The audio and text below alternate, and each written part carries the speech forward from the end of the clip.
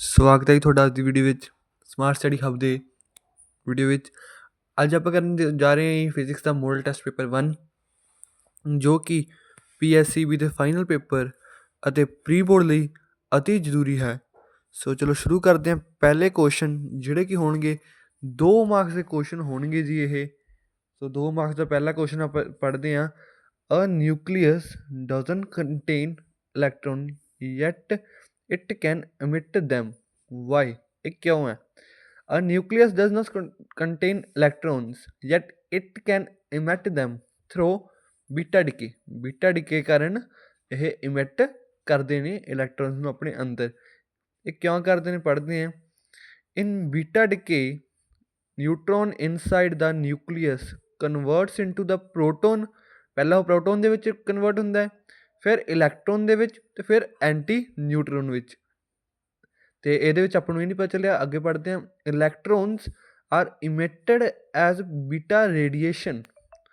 ਇਹਦਾ ਮਤਲਬ ਸੋ ਜਿਹੜੇ ਇਲੈਕਟ੍ਰੋਨ ਹੈ, ਨਿਊਕਲੀਅਸ ਦੇ ਵਿੱਚ ਜਿਹੜਾ ਪ੍ਰੋਟੋਨ ਹੈ, ਉਹ ਜਿਹੜਾ ਇਲੈਕਟ੍ਰੋਨ ਐਂਟੀ ਨਿਊਟਰੋਨ ਦੇ ਵਿੱਚ ਕਨਵਰਟ ਹੋ ਜਾਂਦਾ ਹੈ ਰੇਡੀਏਸ਼ਨ, ਯਾਨੀ ਕਿ ਉਹਦੀ ਜਿਹੜੀ ਸਪੇਸ ਕਰਨ ਲਈ ਨਿਊਕਲੀਅਸ ਇਲੈਕਟ੍ਰੋਨ ਨੂੰ ਇਮਿਟ ਕਰਦੇ ਨੇ ਆਪਣੇ ਅੰਦਰ। ਸੋ ਇੱਕ ਇਹ ਛੋਟੀ ਜਿਹੀ ਡੈਰੀਵੇਸ਼ਨ ਹੈ, ਇਹਨੂੰ ਜ਼ਰੂਰ ਪੜ੍ਹਿਓ।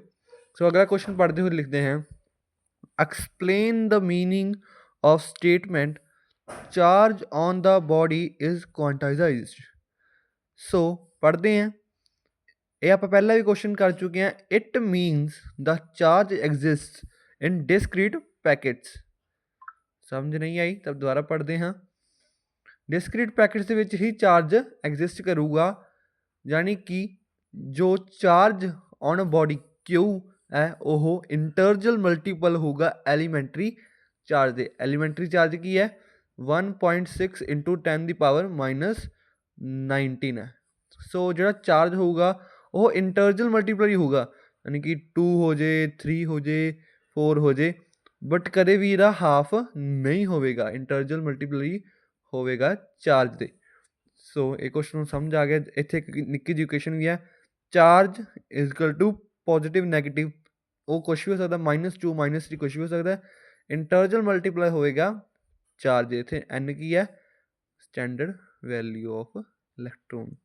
ਸੋ ਅਗਲਾ ਕੁਐਸਚਨ ਜਿਹੜਾ ਨੂਮੈਰੀਕਲ ਦੇ ਵਿੱਚ ਹੈ। A point charge of 2 μc is at the centre of Q, find the net electric flux. ਇਹਦੇ ਵਿੱਚ ਆਪਾਂ ਕੀ ਫਾਈਂਡ ਕਰਨਾ ਹੈ? ਇਲੈਕਟ੍ਰਿਕ ਫਲਕਸ ਫਾਈਂਡ ਕਰਨੀ ਹੈ। ਸੋ ਇਲੈਕਟ੍ਰਿਕ ਫਲਕਸ ਦਾ ਕੀ ਫਾਰਮੂਲਾ ਹੁੰਦਾ ਹੈ? Q/E0 ਫਾਰਮੂਲਾ ਹੁੰਦਾ ਹੈ ਇਲੈਕਟ੍ਰਿਕ ਫਲਕਸ ਦਾ। ਸੋ ਵੈਲਿਊ ਆਪਾਂ ਨੂੰ ਪਤਾ ਹੈ 2, ਸੋ μc ਦਾ ਕੀ ਹੋ ਜਾਊਗਾ 10 × -6।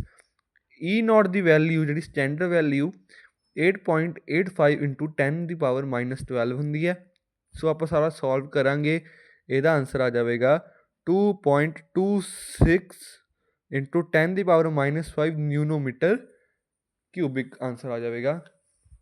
ਸੋ ਹੁਣ ਆਪਾਂ ਪੜ੍ਹਦੇ ਹਾਂ ਡਿਫਾਈਨ ਸਪੈਸੀਫਿਕ ਰੈਸਿਸਟੈਂਸ। ਇਹਦੇ ਵਿੱਚ ਕੀ ਕਰਨੀ ਹੈ? ਸਪੈਸੀਫਿਕ ਰੈਸਿਸਟਿਵਿਟੀ ਜੋ ਹੁੰਦੀ ਹੈ, ਰੈਸਿਸਟਿਵਿਟੀ ਦੱਸਣੀ ਹੈ, ਅਤੇ ਉਹਦੀ SI ਯੂਨਿਟ ਦੱਸਣੀ ਹੈ। ਸਪੈਸੀਫਿਕ ਰੈਸਿਸਟੈਂਸ ਕੀ ਹੁੰਦੀ ਹੈ? Specific resistance is the resistance of a conductor of unit length and the unit cross sectional area. ਸਮਝ ਆਈ? ਸਪੈਸੀਫਿਕ ਰੈਸਿਸਟੈਂਸ ਹੁੰਦੀ ਹੈ ਕੰਡਕਟਰ ਆਫ ਯੂਨਿਟ, ਕਿਸੇ ਇੱਕ ਲੈਂਥ ਦੀ, ਯਾਨੀ ਕਿਸੇ ਇੱਕ, ਜਿਵੇਂ ਇੰਨਾ ਪਾਰਟ ਹੈ, ਇਹਦੀ ਰੈਸਿਸਟੈਂਸ ਦੱਸਣੀ ਹੈ ਤਾਂ ਉਹਨੂੰ ਕੀ ਕਹਾਂਗੇ? Specific resistance. ਇਹਦੀ ਇਸ ਏਰੀਆ ਦੀ ਸਪੈਸੀਫਿਕ ਰੈਸਿਸਟੈਂਸ 2 ਸੈਂਟੀਮੀਟਰ ਹੈ। ਸੋ ਇਹਦੀ SI ਯੂਨਿਟ ਦੱਸਣੀ ਹੈ and its SI unit. SI unit ਕੀ ਹੈ ਇਹਦੀ? SI unit of specific resistance is ohm metre. So ਅਗਲਾ ਫਿਰ ਤੋਂ ਇੱਕ ਨੂਮੈਰੀਕਲ ਹੈ। A silver wire has a resistance of 2.1 ohm at 27.5 degree Celsius and resistance of 2.7 ohm at 100 degree Celsius। ਕੀ ਦਿੱਤਾ ਗਿਆ? ਰੈਸਿਸਟੈਂਸ 1 ਆਪਾਂ ਨੂੰ ਦਿੱਤੀ ਗਈ ਹੈ 2.1, ਰੈਸਿਸਟੈਂਸ 2 ਇੱਥੇ ਦਿੱਤੀ ਗਈ ਹੈ 2.7। ਸੋ ਟੈਂਪਰੇਚਰ 1 27.5 ਅਤੇ ਦੂਜਾ 100 ਡਿਗਰੀ ਸੈਲਸੀਅਸ। ਸੋ ਇੱਥੇ ਆਪਾਂ ਪੁੱਟ ਕਰ ਲਾਂਗੇ। ਇਹ ਆਪਾਂ ਨੂੰ ਗਿਵਨ ਹੈ, ਇੱਥੇ ਗਿਵਨ ਲਿਖਾਂਗੇ, ਗਿਵਨ ਹੈ। सो R1 आ जाएगा 2.1, R2 2.7, Q1 27.5, Q2 100 degree Celsius. तो coefficient of resistance of silver formula ਕੀ ਹੁੰਦਾ ਹੈ R2 minus R1 Q2 into Q1। ਸੋ ਇਹਦਾ ਆਨਸਰ ਕੱਢ ਲਾਂਗੇ ਆਪਾਂ। ਇਹਨੂੰ ਇਹਦੇ ਵਿੱਚੋਂ ਮਾਈਨਸ ਕੀਤਾ 0.6 ਆ ਜਾਵੇਗਾ, ਇਹਨੂੰ ਇਹਦੇ ਵਿੱਚੋਂ ਮਾਈਨਸ ਕਰਕੇ ਇਹਨਾਂ ਮਲਟੀਪਲਾਈ ਕਰਕੇ ਆਨਸਰ ਆ ਜਾਵੇਗਾ 152.25। ਸੋ ਇਸ ਸਾਰੀ ਇਕੁਏਸ਼ਨ ਨੂੰ ਸੋਲਵ ਕਰਕੇ ਆਨਸਰ ਆ ਜਾਵੇਗਾ 3.9 ਇੰਟੂ 10 ਦੀ ਪਾਵਰ -3 ਡਿਗਰੀ ਸੈਲਸੀਅਸ ਇਨਵਰਸ। ਸੋ ਬਾਇਟ ਸਵਰਟ ਲਾ ਆ ਗਿਆ।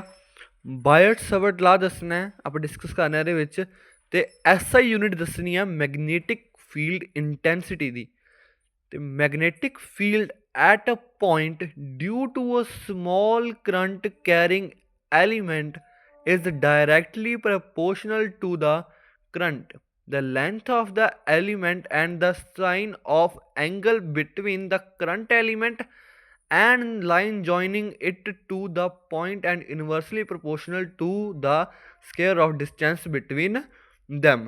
ਇਹ ਤਾਂ ਹੈਗੀ ਐਕਸਪਲੇਨੇਸ਼ਨ ਹੋ ਗਈ ਬਾਇਟ-ਸਵਰਟ ਲਾ ਦੀ। ਕਹਿੰਦੇ ਮੈਗਨੈਟਿਕ ਫੀਲਡ ਜਿਹੜੀ ਪੁਆਇੰਟ ਹੈ due to small current carrying element, ਉਹ ਕੀ ਡਾਇਰੈਕਟਲੀ ਪ੍ਰਪੋਰਸ਼ਨਲ ਹੁੰਦੀ ਹੈ, ਕਿਹਦੇ ਹੁੰਦੀ ਹੈ, ਕਰੰਟ ਦੇ। ਅਤੇ the length of element, length ਦੇ ਜਿਹੜਾ ਕਰੰਟ ਕੈਰੀ ਕਰ ਰਿਹਾ। ਅਤੇ ਸਾਈਨ ਆਫ ਐਂਗਲ,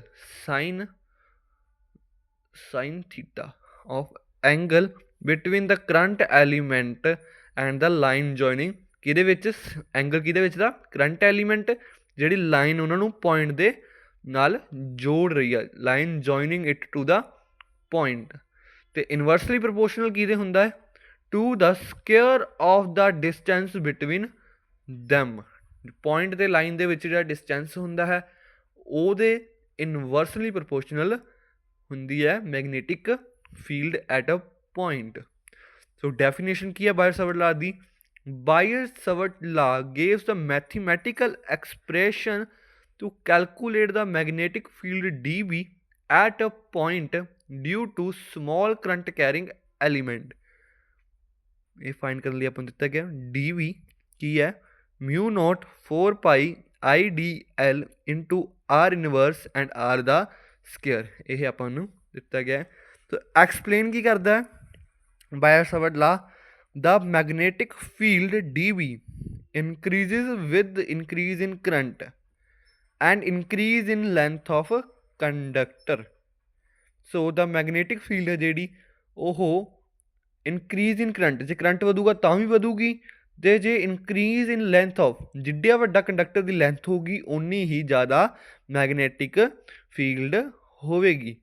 ਸੋ ਦੂਜਾ ਪੁਆਇੰਟ ਇਹਦਾ ਕੀ ਹੈ, it decrease as the square of distance increase, ਜੇ ਡਿਸਟੈਂਸ ਆਫ ਸਕੇਅਰ ਵਧੂਗਾ ਤਾਂ ਮੈਗਨੇਟਿਕ ਫੀਲਡ ਘਟੂਗੀ। ਸੋ ਇਹ ਹੋ ਗਿਆ ਇਨਵਰਸਲੀ ਪ੍ਰਪੋਰਸ਼ਨਲ, ਜੋ ਆਪਾਂ ਨੂੰ ਪਹਿਲਾਂ ਹੀ ਦੱਸ ਦਿੱਤਾ ਗਿਆ। ਸੋ ਅਤੇ the magnetic field of a point is obtain, ਕਿਵੇਂ ਓਬਟੇਨ ਕੀਤੀ ਜਾਂਦੀ ਹੈ, by integrating dB over the entire length of the conductor. Integrate ਕਰਕੇ ਕੀਤੀ ਜਾਂਦੀ ਹੈ ਮੈਗਨੈਟਿਕ ਫੀਲਡ ਫਾਈਂਡ। ਸੋ ਅਤੇ define impedance of RLC circuit, impedance find ਕਰਨਾ ਇਹਦੇ ਵਿੱਚ।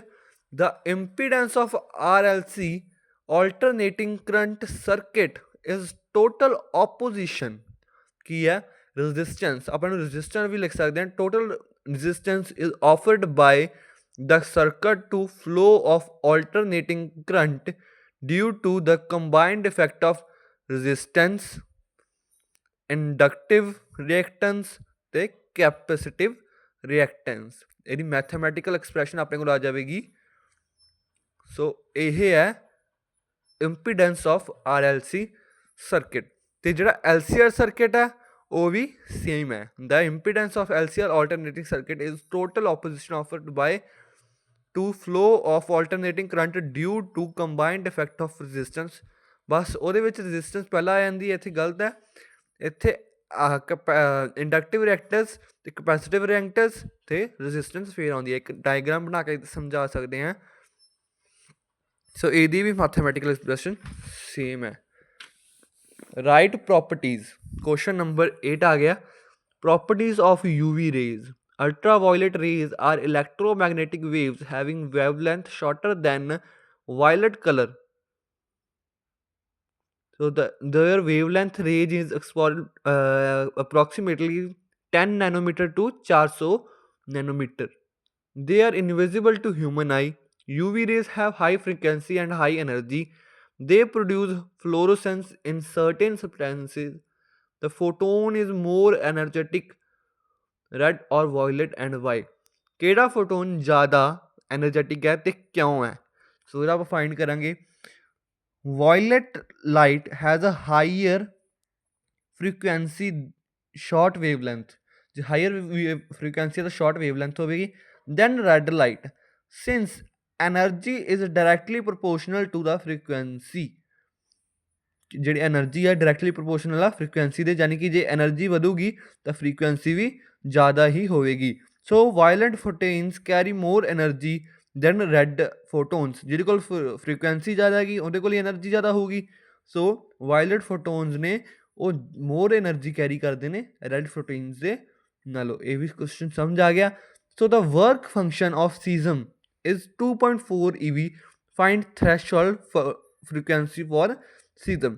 ਸੋ ਜੋ ਆਪਾਂ ਦੱਸਿਆ ਗਿਆ ਵਰਕ ਫੰਕਸ਼ਨ ਕੀ ਹੈ 2.4 ਇਲੈਕਟ੍ਰੋਵੋਲਟ, ਇਹ ਆਪਾਂ ਫਾਈਂਡ ਕਰਾਂਗੇ। ਸੋ ਐਚ ਦੀ ਸਟੈਂਡਰਡ ਵੈਲਿਊ ਹੁੰਦੀ ਹੈ 6.63 × 10 ਦੀ ਪਾਵਰ 34 90 ਨਾਲ ਕੱਟਿਆ ਜਾਊ ਤਾਂ ਸਿਰਫ 15 ਰਹਿ ਜੂਗਾ ਇੱਥੇ। ਸਾਰੀਆਂ ਵੈਲਿਊ ਪੁੱਟ ਕਰਕੇ ਇਹਦਾ ਆਨਸਰ ਕੱਢ ਕੇ ਆਨਸਰ ਆ ਜਾਵੇਗਾ 5.16 × 10 ਦੀ ਪਾਵਰ 14। ਸੋ ਇਹਦਾ ਸੈਕਿੰਡ ਪਾਰਟ ਕੁਐਸਚਨ ਦਾ ਹੈ, ਇਹਦੀ ਆਪਾਂ ਇੱਥੇ ਵੇਵ ਲੈਂਥ ਫਾਈਂਡ ਕਰਨੀ ਹੈ। ਵੇਵ ਲੈਂਥ ਕਿਵੇਂ ਫਾਈਂਡ ਕਰਾਂਗੇ? ਆਪਾਂ ਨੂੰ ਆਈਨਸਟਾਈਨ ਦੀ ਜਿਹੜੀ ਫੋਟੋ ਇਲੈਕਟ੍ਰਿਕ ਇਕੁਏਸ਼ਨ ਆ ਉਹਦੇ ਵਿੱਚ ਗਿਵਨ ਹੈ EVO = 0.6 EV। ਸੋ ਇਹਨੂੰ ਫੋਟੋ ਇਲੈਕਟ੍ਰਿਕ ਇਕੁਏਸ਼ਨ ਵਿੱਚ ਫਾਈਂਡ ਕਰਕੇ ਪੁੱਟ ਕਰਕੇ ਇਹਦਾ ਆਨਸਰ ਕੱਢਾਂਗੇ ਆਪਾਂ ਵੇਵ ਲੈਂਥ = HC EVO φ0। ਸਾਰੀਆਂ ਵੈਲਿਊਜ਼ ਪੁੱਟ ਕਰਕੇ ਕੈਲਕੂਲੇਸ਼ਨ ਕਰਕੇ ਜਿਹੜਾ ਆਨਸਰ ਆ ਜਾਵੇਗਾ ਵੇਵ ਲੈਂਥ ਦੀ ਲੈਂਥ ਆ ਜਾਵੇਗੀ 4.54 × 10 ਪਾਵਰ -7 ਮੀਟਰ। ਇਹ ਵੇਵ ਲੈਂਥ ਆ ਜਾਵੇਗੀ ਇਸ ਕੁਐਸਚਨ ਦੀ। ਸੋ ਇਹ ਸੀ 2 ਮਾਰਕਸ ਦੇ ਕੁਐਸਚਨ।